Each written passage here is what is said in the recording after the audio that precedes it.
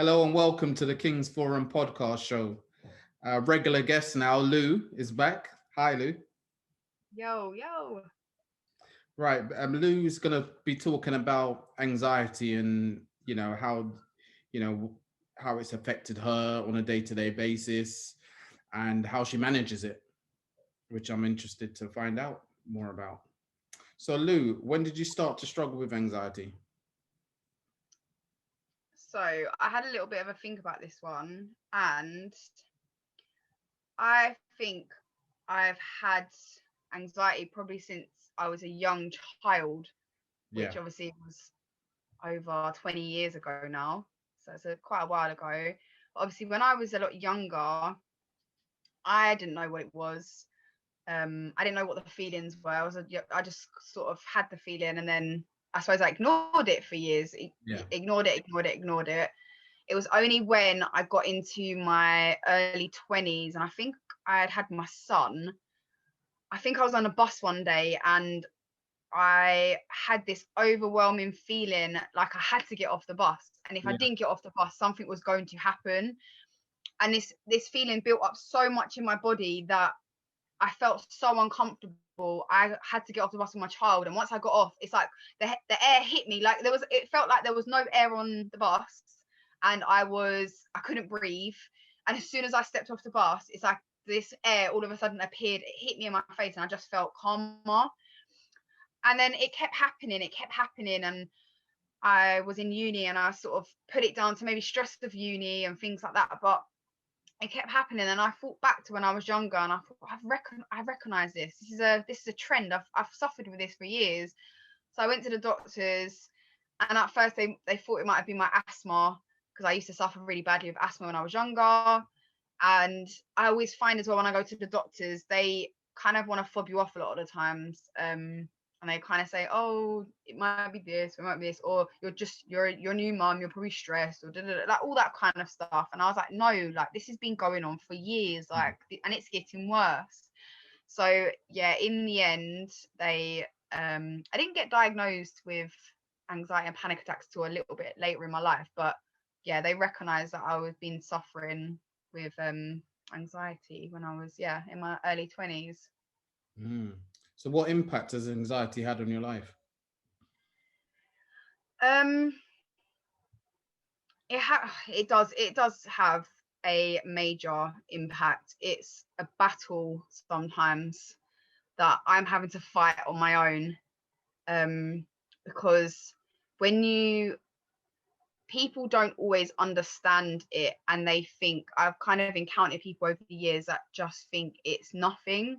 And Mm. when you explain it to someone, I've had so many comments sometimes of like, I'll take an example. Sometimes I can't leave my house, and I suffer with panic attacks as well. So it's not just anxiety. You add in panic attacks, and I've ended up in hospital a few times due to them, because I actually felt like I was dying. And anyone that has panic attacks will understand that when you have a severe one, you actually feel like you're dying, and it feels like a heart attack. It does. It does. Yeah. So for me, I'd have days where I can't leave my house. Like I physically can't leave my house, and people would be like, they don't understand how I can't leave my house. I literally just got to open up the door, walk out my front door, and go. But I was like, and trying to explain that to someone that doesn't understand you, or and isn't educated on certain things, which we're not all, we don't know everything. Um, so yeah, I found that it really does impact my day-to-day life, because obviously I have a lot of struggles and stresses, and I have like different levels of anxiety. So I have anxiety for my body and my face, and then I have anxieties for like being around people. Yeah. And then yeah, so there's like, it's so mad as well, because I can put little anxieties in all different little boxes. And one day it's like I'll wake up and I feel a bit anxious, and I'm like, okay, what is it today? What are we going with today? what kind of anxiety? And I laugh, because I actually, like, I've lived with it so much now. Like it's that little, I don't want it to be a part of me, but it's just there. Um so yeah, it definitely does impact, yeah, my daily life, where it's become a bit of normal. It's kind of become normal, which is not, it's not great. Like, I don't want it to be, but I think you're right, because I've suffered with it, and I'm definitely connected with you when you're talking about panic attacks, because I used to suffer with them. And you're right. I think it's something that, it's always going to remain, but it's just the levels of it, Mm, and how it affects you, and it's keeping it quiet, and so it doesn't take over yeah, your day to day, and or whatever you wanted, any actions you wanted to make or what have you. So it's keeping it quiet. It's not making it loud and it dictating kind of your life mm, and how your life how you want to conduct your life. It's about trying to keep it quiet and as ineffective as possible. So yeah, it's definitely yeah, always there, and I don't think it ever go away. It's just the levels of it. So it's just all about yeah, learning how to manage it, and it being really little effect on your life, and it's kind of just being in mm, control of it type thing, rather than, oh, it's completely gone. i yeah, think, I think everyone has levels of it's just so little with some people that they don't notice it, yeah, or yeah. like you were saying, you didn't realize what it was, because No, no. for me it was probably always there, but I didn't realize until, like, I went through some trauma, and then it came up, and it was like, when I had my first panic attack, like you were saying, you felt like you were dying. I felt like I was dying. I was like, Yeah, what's going on here? Because I've never felt it to that degree yeah. before. So it's just all about managing it, and to the best of your abilities. Did you ever tell your family and friends about what you were going through? Um, when I was younger, no. And just as an example, then as well, I think as well why when I was younger, I knew something was wrong, but I kind of had to ignore it. It's because when I was younger and I was getting anxious to go to school, I had no choice but to go to school Yeah. because like now as an adult, if I don't need to go out, let's say I need to go to the shop, but for some reason my anxiety that day is like on 100, I know that there are days like the weekend that if I'm anxious, I don't have to leave my house. Like I don't, it's my safety zone, and it's not the greatest way to deal with it, but I know I don't have to. But as a teenager, when I was anxious to leave the house because I got severely bullied probably from year 7 up until year 10. So I was anxious about going to school, but yeah, when I was that age, I didn't have a choice, and I didn't tell no one because I didn't actually know what I was telling them, if that makes sense. Yeah. Like I knew obviously I felt a type of way because I was being bullied and I felt sad, and it always felt like, why me? Like it's not that I've never had like a woe is me thing. Like I always say it's like the little violin. Like it's never been that, but I think when there's been certain things that have happened in my life, I have sat there sometimes. I've been like, why? Like what have I done? Why do people target me? Like what have I done to get this treatment? So I think I carried so much. I didn't know how to offload that to someone else, and I didn't know even how to like articulate myself and say to them, I'm suffering. There's something wrong with me, but I don't I know what. don't know what it is. Yeah, I don't know what it is. And mental health, I said this before, my dad's got severe schizophrenia. So I knew it as like when you're younger, and I knew that that's a mental illness. That's kind of it. Like, and what you hear as well, that he's crazy, he's this, and obviously his behavior and everything kind of backed it up as well. And what I knew of mental health was I knew my mum was depressed, I knew my dad had that, Mhm. and that was it. Like, I kind of knew that. So me suffering with whatever this was, I didn't know. I didn't know how to explain it to anyone. So I hear that. I hear that. It's yeah, difficult as a child when you don't understand the feelings, and you're trying to explain to someone, or you don't feel like you can. You don't feel like you may get heard, and something may come of it. So you keep yeah, it to yourself, yeah, and you say, "Look, I'll get over this," because you don't understand what it is. So you're probably thinking, "I have to go to school. I hate school, but whatever I'm feeling, it will pass," because you don't understand what it is. So you're not thinking it's anything that serious. yeah. You just don't know what it. You don't know. You don't know. You just don't know, do you? So Did you have any therapy for your anxiety? yes, I have had quite a bit of therapy, and one of them is, I'm going to read it off my phone because I don't want to get it wrong. So it's cognitive behavioral therapy, Yeah, CBT. yeah, Is one of the most popular yeah, therapies that a lot of people will know what I'm talking about. I just wanted to pronounce it properly. So the whole concept of this type of therapy is that it focuses on our thoughts, feelings, and physical sensations, as everything's kind of like connected, and that we work on what our negative thoughts are and the feelings of them, because it gets us in a vicious cycle. So you obviously, I've had it a few times. I have had it, and to say that I've had it a few times kind of shows me that it does work, but I don't know if it works because I forced it to work, if that makes sense. Like, I don't know if it really did, because every time I've done it, I've either stopped doing it halfway through, because the person that was doing it with me, I felt like I've always, when I've dealt with therapists and things like that, I feel like I don't expect to connect with them or anything, but I always just felt like they're just reading out of a book. We're just another client, because we are, and they're telling us the same thing they probably told the person before me. And yeah, like, I've never connected properly with it, and it has helped me in the moment, I think, because it kind of got my mind off what I was thinking about, which is the whole point of it. You kind of relay everything, how you think, how you feel, why do you feel like that, where do you think these thoughts come from, why do you think you behave like that. So you're looking always, you're trying to like dissect all your thoughts and all your feelings. So I have had it over the years, and I don't particularly like it. Yeah, I had it as well. I had it. Yeah. I think it was a couple of times, and I didn't enjoy it, so I stopped it. But Yeah. the thing with it, and it might be different in other people's experience, so I don't want to completely say it doesn't work, because it might work for some people, but for me Yeah. it didn't, and for you it didn't. But my experience of it was too much like it was like it was like checking a list off for you. Your therapist that sat down Yeah. just needed to make sure they gave you these things, these forms. It was like a booklet you need to fill out, and actions in order to get to a point to deal with how you were feeling. Yeah, so That's exactly what I was it. you're doing all the work, but they give you like the workbook, basically.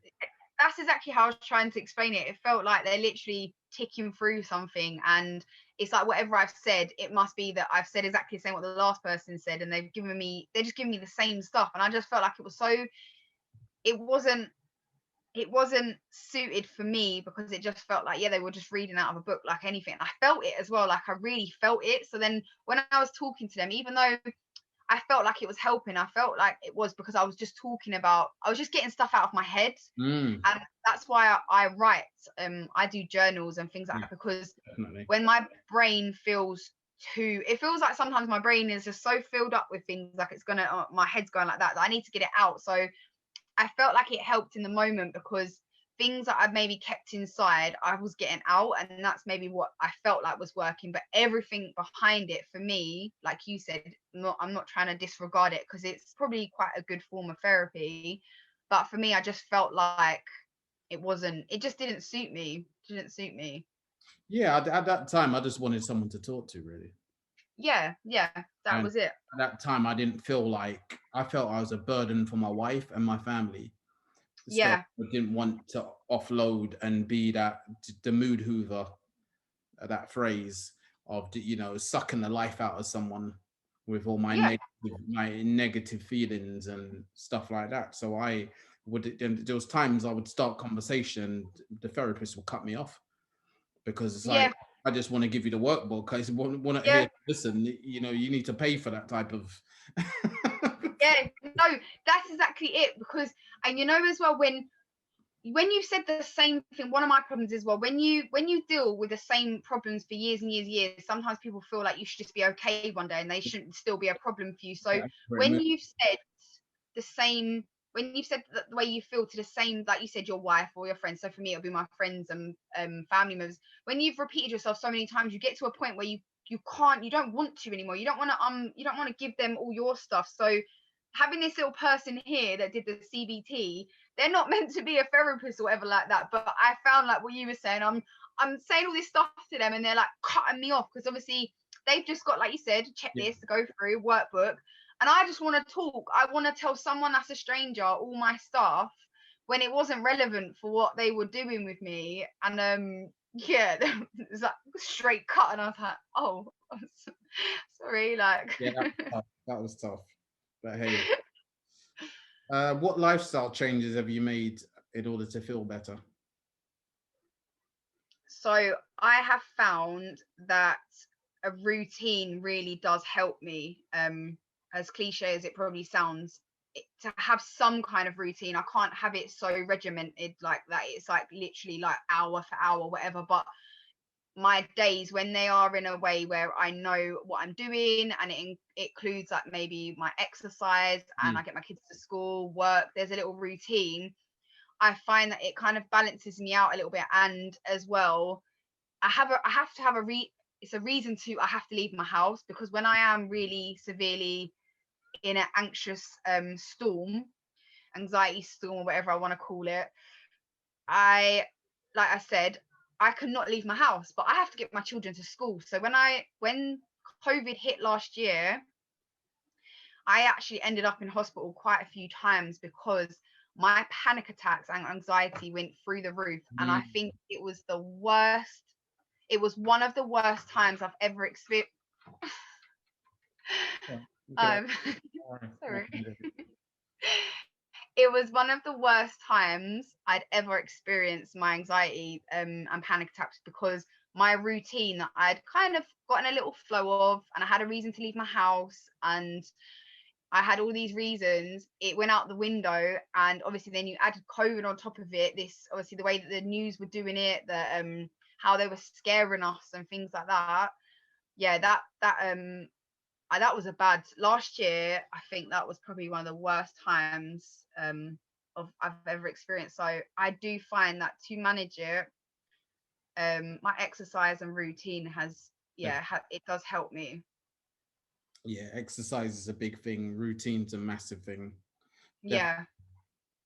And you have two kids, so I don't know how I was going to say also time to just chill and relax and maybe do some meditation and yoga. Do you get time for that?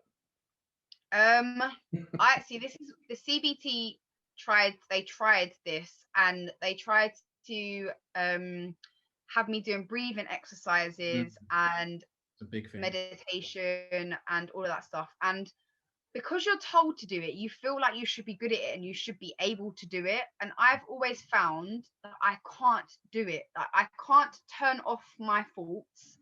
I can't sit and it's like they like clear your mind. And the moment you tell me to be aware of my breathing and clear my mind, I can't do it. Like I just can't do it. So I have to find other ways that so I write my thoughts down. So that calms me when I get my journal out. And I know if I'm having a bad week, because I will write in my journal every day.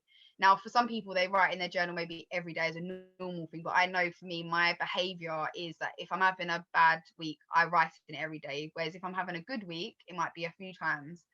So I found that yoga and things like I do enjoy it, and meditating and that. But the moment I'm told, or I'm trying to force myself to become aware of things, it kind of does the complete opposite.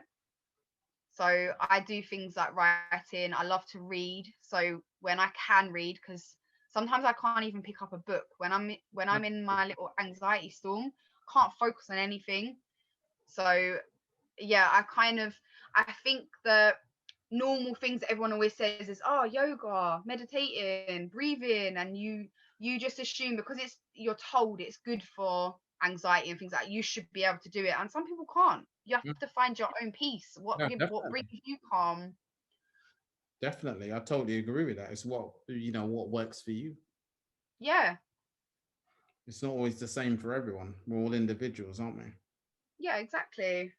So you're an online fitness coach. How does anxiety affect your productivity?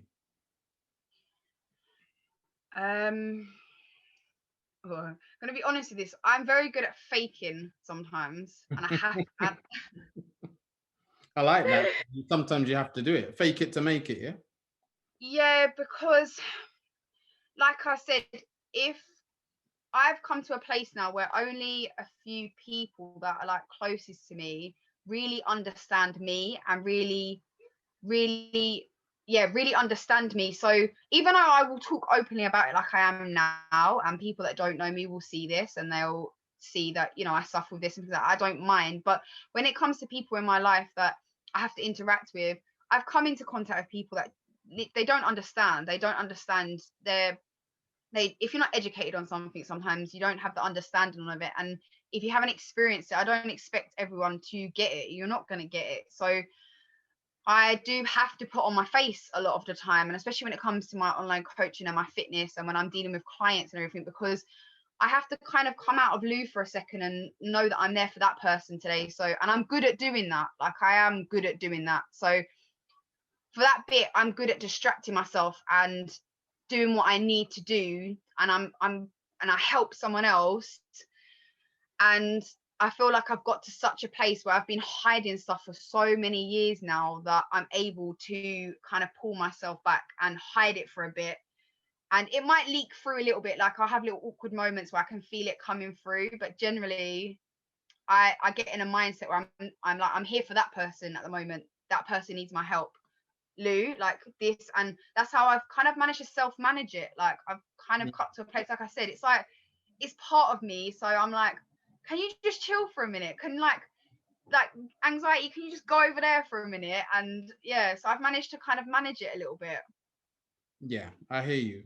Put it to the side and then process it after, and Yeah, manage it. Then you're aware of it, and I think that's a part of the managing it and gaining the control is being so aware of it and watching yeah, it, and when you can yeah, feel it, coming, and what you need to do to quiet it, as I say, quiet the noise, yeah, and get on with your day, because you want to function and not let it take over, you know. yeah, Yeah, that's what you got to do in order to, keep your business going and keep productive.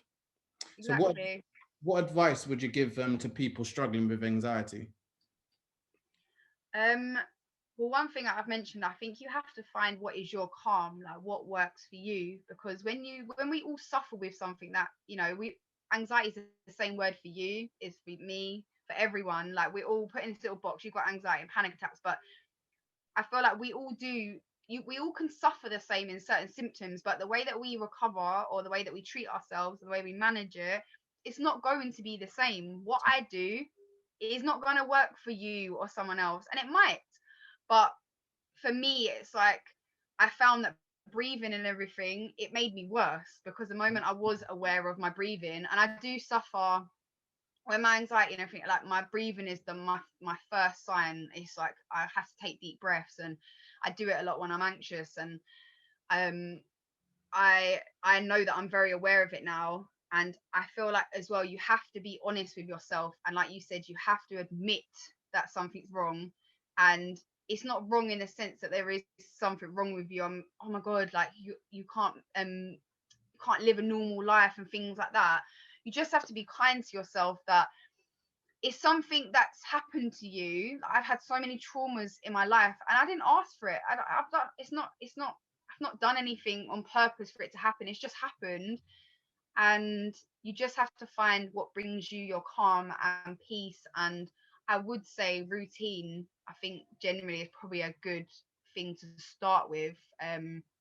Because I feel like if you have something in place that you know happens over and over again, you get used to it. And I feel like the only problem with that is, though, when something throws it off, it then you can then have, you know, deal with the anxiety coming back quite a lot worse. But you know, if you've got certain things in place, like I know I've got to take my kids to school. I know that when the gyms were open, I went to the gym and I went to work. So, you know, if you've got 3 or 4 main things that are in place, instead of having it so, I try not to plan everything out. I try not to be so planned, because then when something doesn't happen, I feel like that triggers me, if that makes sense. Yeah. So So, yeah, and I would say, yeah, like find what works for you. So writing works for me, reading works for me, exercise works for me. And yeah, that's and look after yourself. Like, literally, like, I'm so good at looking after everyone else, but make sure you're looking after yourself. Check in with yourself, like see how you're doing today. Like, do a little step by step of how you're feeling. If you're not feeling so great, like, just take it a bit slower and talk to the people closest to you, because not everyone's ready to listen. and you'll find that as well, because not everyone understands you. So just make sure you've got a few people that you can say, I'm having a bad day, and they get you. Yeah, And that's what's helped me. I hear that. Lou, thank you very much for your time, and it's been a pleasure again. Thank And you so I'll see much. you soon.